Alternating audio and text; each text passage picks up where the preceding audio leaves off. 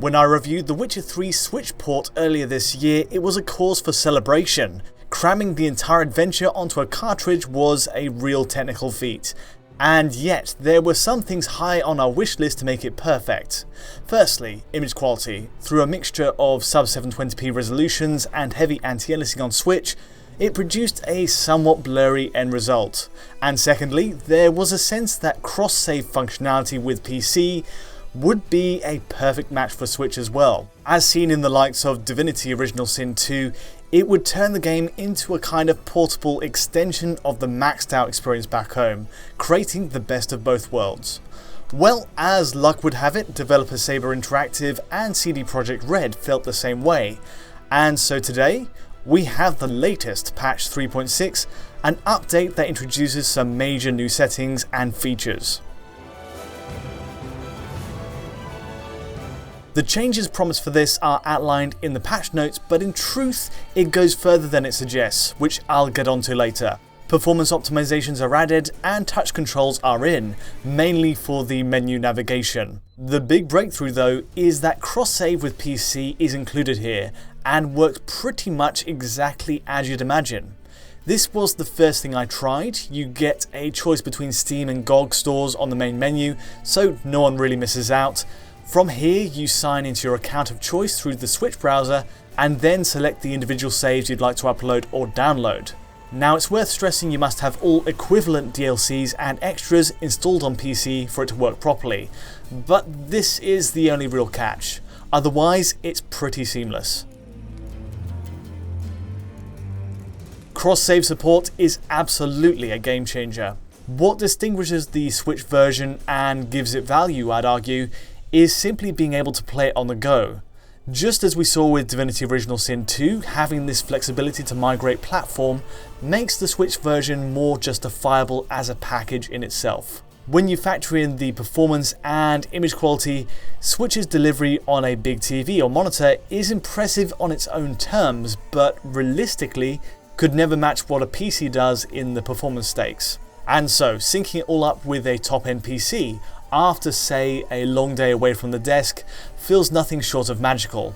The transformation speaks for itself here, swapping from one to the other. There's something special about booting up your save with all settings at ultra, hairworks enabled, and getting the full experience. I've had no issues so far with the Steam sync up either, after enabling cloud saves in the game's properties. So, well done all round.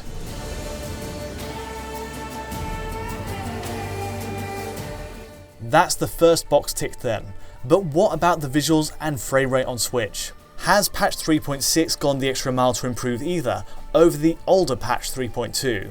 The answer to that is yes, but with a caveat. Loading up the game on default visual settings, the upgrade in image quality certainly isn't stark. Going from one section to the other, I've spotted no major tweaks to the way the dynamic res scaling works, by eye at least. It's always in flux from one second to the next, and so exact measurements aren't possible, but the perceptible result isn't far removed from what we had before. Check out this side by side, comparing each patch on default settings in docked configurations. Where there is an upgrade, however, is in using the graphics menus. Here there's room for a little DIY tweaking to the way the base image is presented, and Saber Interactive gives us many options to let us decide this. So what do we have? While scanning through them, actually this is very similar to the user-made enhanced graphics menu I checked out on a modified Switch, though with a few alterations in this official version. It's worth stressing most are post-processing by nature and nothing to do with improving assets, shadows or more in-depth settings. You do, however, get toggles for sharpening, depth of field, cutscene depth of field, light shafts, underwater effects, foliage visibility range and anti-aliasing. All of this we've again seen in the unofficial mod, except water quality settings are absent here, and instead we have a depth of field toggle for cutscenes. Also, the slider range for the foliage is limited to low, medium and high, missing the ultra preset we had unofficially, though not really a big deal. All of this gives us a lot of power to tweak the game as we please, with surprising results. Want a sharper image? Well, you have a few options here, though I'd highly recommend using the sharpening filter as a starting point. It's barely noticeable on the low setting, but pushing it all the way up to max, the comparisons show a huge boost in clarity across high contrast edges next to default settings. Everything on screen simply has more pop, and without the side effect of too much visual noise and aliasing. For anyone worried about the impact on frame rate, don't be. This isn't taxing on the GPU side, and both sides run at the same performance level. The only drawback I'd say to using sharpening filters is the telltale ringing artifacts, those white halos around objects you see in the distance. It's a common fault, especially working with such a low resolution image, which in this case is often sub 720p. Still, I think it does reasonably well, given the performance cost, at reintroducing some of the detail lost in its anti-aliasing setting. The other approach to boosting image quality is, well, to remove anti-aliasing altogether. Here's a comparison between enabling it by default and turning it off outright. As you can see, it strips the frame buffer completely bare, leaving behind those raw pixels. It's still fascinating to see how aggressive the Switch's AA method is, said to be somewhat custom tailored for this version. You might be able to stomach it while playing purely as a portable, given the pixel density on that 6-inch screen. However, the drawback is obvious when blown up to size. Visual noise appears all over cities like Toussaint, and the foliage in the White Orchard flickers constantly. It also reveals the exact frame at which the dynamic resolution scaling, or DRS, changes its value, marked by a burst of pixel crawl while holding still. It's a useful tool to have in the box for sure, but I wouldn't necessarily recommend playing this way. Your mileage may vary, of course, and the great thing is we now have a choice. My recommendation would be to keep AA enabled to remove the shimmer. What you end up with is a more pleasing image, a solid middle ground in clarity when put in a three-way comparison like this. One way or another, that's the second box ticked. With a full suite of options at our disposal though, including foliage visibility, there are even options to wrestle back performance for a smoother ride on Switch. Before we get to that, here's the range of visuals that the console is now capable of on patch 3.6. Every setting is enabled by default on left, pitted against a playback with everything on low or disabled on right. Foliage visibility, bloom, and the absent light shafts as we walk through towns at dusk mark the most notable change overall. Sadly, the tweaks here offer no workaround for the other nitpicks of the Switch version we had at release, like the blurry texture filtering or the low frame rate on NPCs at range. All of these limits to work around the Switch technology are simply out of our hands. Still, what we do have in this upgraded menu opens the doors to some exciting options for frame rate. To the performance testing then. The patch notes mention improvements here, though to cut to the chase a bit, the game appears to run most areas I tested exactly the same as on the last patch. Keeping all settings at default between patch 3.2 and 3.6, there's only slim gains at best, around 1 FPS at points but never consistently enough. It's ostensibly the same. Now, we can't test every area across the breadth of such a huge game, and the patch notes may indicate more of a stability improvement all round. Even so, our usual stress test areas show very slim gains across places like Crookback Bog or Novigrad. This is in docked play of course, but portable tests showed much the same. The frame rate readout isn't far removed. There's a twist to this, once we start tinkering with the new graphics settings.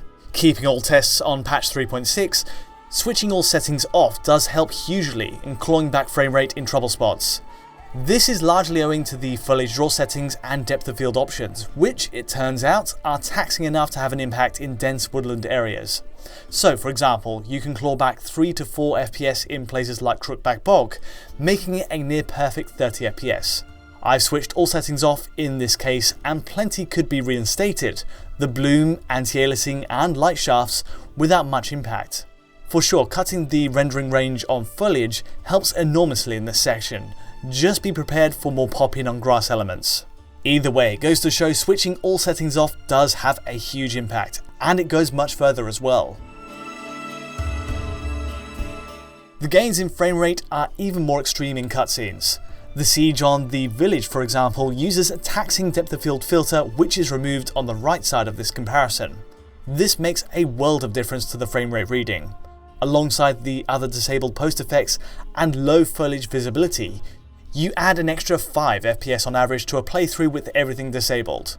Again, this is kind of going overboard, and you can easily add back anti-aliasing, bloom, and everything else to improve the image while keeping those gains. This simply represents the best frame rate that Switch can be pushed to, though curiously, I've noticed doing this doesn't have such a considerable impact on the portable mode. There is a limit to what this graphics menu can do, of course. Most of it is centered around GPU performance, and so CPU bound areas like Novigrad obviously don't benefit, just as we saw with our modded Switch testing. Dropping settings here has zero benefit whatsoever.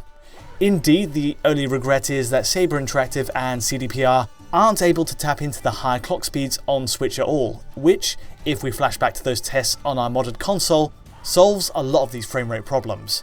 Perhaps with a future Switch revision running on the next incarnation of Tegra technology, we might see all of this run at a fluid 30 FPS. In the here and now though, we have the best it can do, given the incredible demands of running a huge bustling city. All round, it's really satisfying to see the developers support Switch with tangible upgrades like this. Between cross-saving and extra menu features, patch 3.6 helps cement The Witcher 3 as one of the best games you can own on the console. That is, assuming you also have a PC version to swap to back home. Where before it felt like a successful technical exercise, the Switch version now has a clear, practical way to define itself. The only thing left on the table is perhaps an optional asset pack for audio for those who might want it. Otherwise, it's fair to suggest this is a system being pushed as far as it will go. Still, I'm curious if you have any suggestions for where The Witcher 3 on Switch could go next. Just leave your thoughts, if you have any, in the comments below. Otherwise, if you did enjoy this video, feel free to like or subscribe, and don't forget to hit the bell to get notifications as any new video lands. To get a high quality version of this video, check out our Patreon at digitalfoundry.net, and to get in touch with me or the team, just use Twitter. But from me for now, thanks for watching.